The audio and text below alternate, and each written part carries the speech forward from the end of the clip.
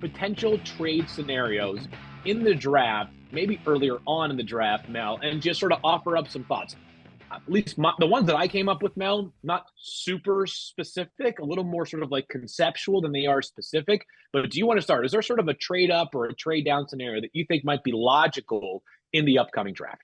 I think the Detroit Lions moving up for a corner.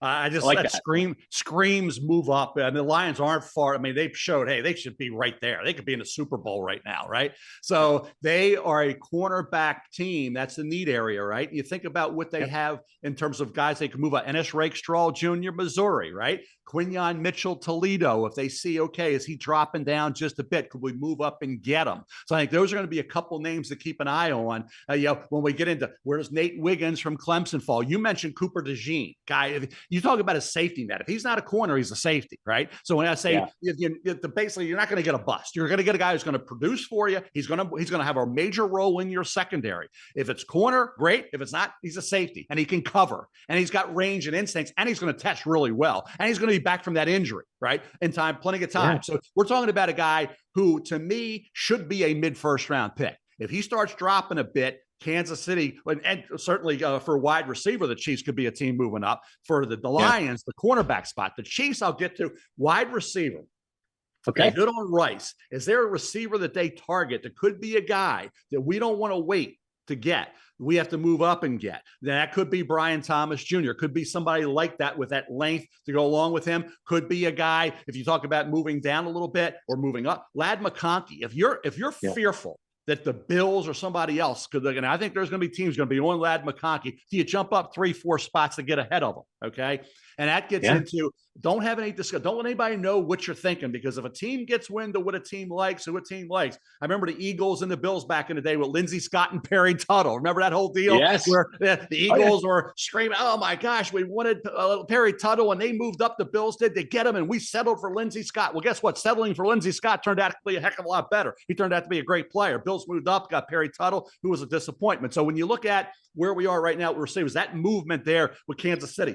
Dallas, is Dallas going to move up to get a wide receiver to help out CeeDee Lamb? Sure. Or are they going to stand pat? What does Dallas do? Dallas could be a team going up to get.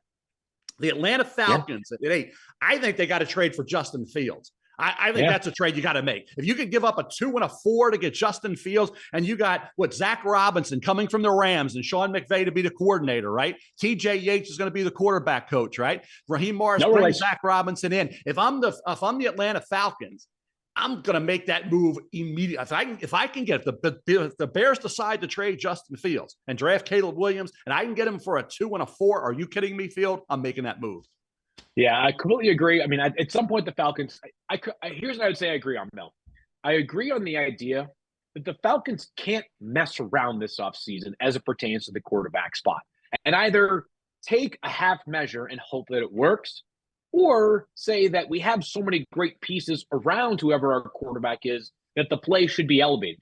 That hasn't been the case for the past couple of years. Bijan Robinson, Kyle Pitts, Drake London, those guys can all become stars in the NFL if they just had capable quarterback play around them. All right, I have 2, Mel, that I wanted to offer up, and I'll start here.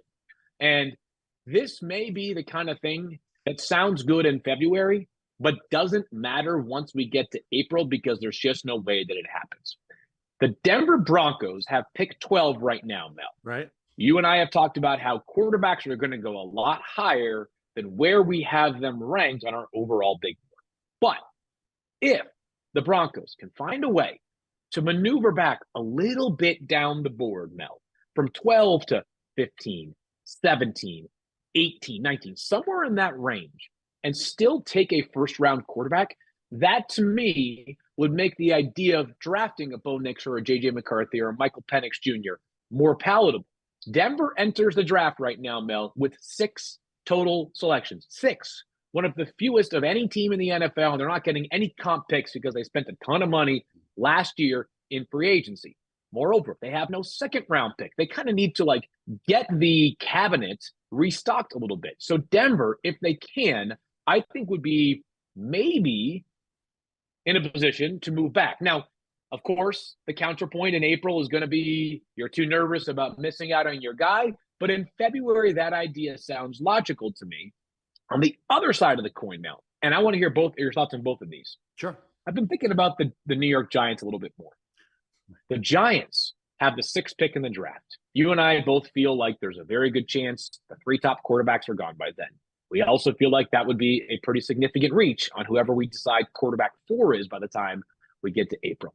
But the idea of the Giants moving in from round 2 to the back end of round 1 to taking a quarterback, to me, is, I don't know about irresponsible, but it wouldn't be something that I would advise, Mel. But I've been thinking about this dynamic a lot this week that is in play for a handful of teams. When we are making our analysis of moves, we are suggesting moves that are sort of backed up by logic in an all things being equal scenario. As you know, though, Mel, not all these GMs and coaches have time on their side. They may realize that we're one bad year away from not being in our current jobs in 2025.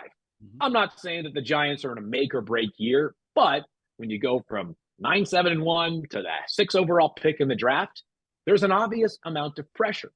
And if you're the Giants, Daniel Jones has 2 neck injuries, ACL tear. Obviously, he's coming back off of that as well.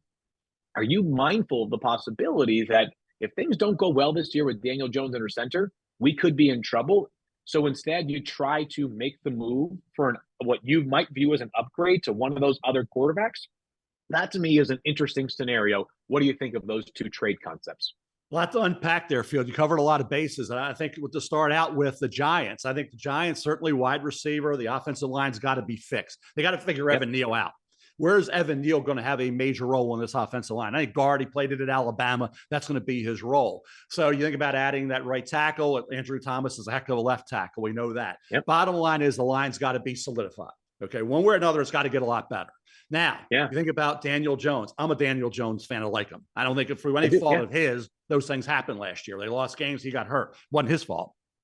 2, the quarterback situation. Brian Daboll's got to get it done. They've had issues. Martindale gone, all those different things happening. A lot of conflict. That's what happens when you lose, right? That's it's a pressure year, Mel. I believe that. Yeah.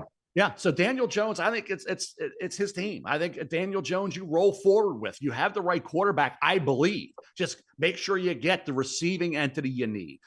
Fix the offensive line, right? Thibodeau's developing in terms of being a heck of a pass rusher. Add pieces around him there. But I think in terms of a quarterback, I'd go forward with Daniel Jones.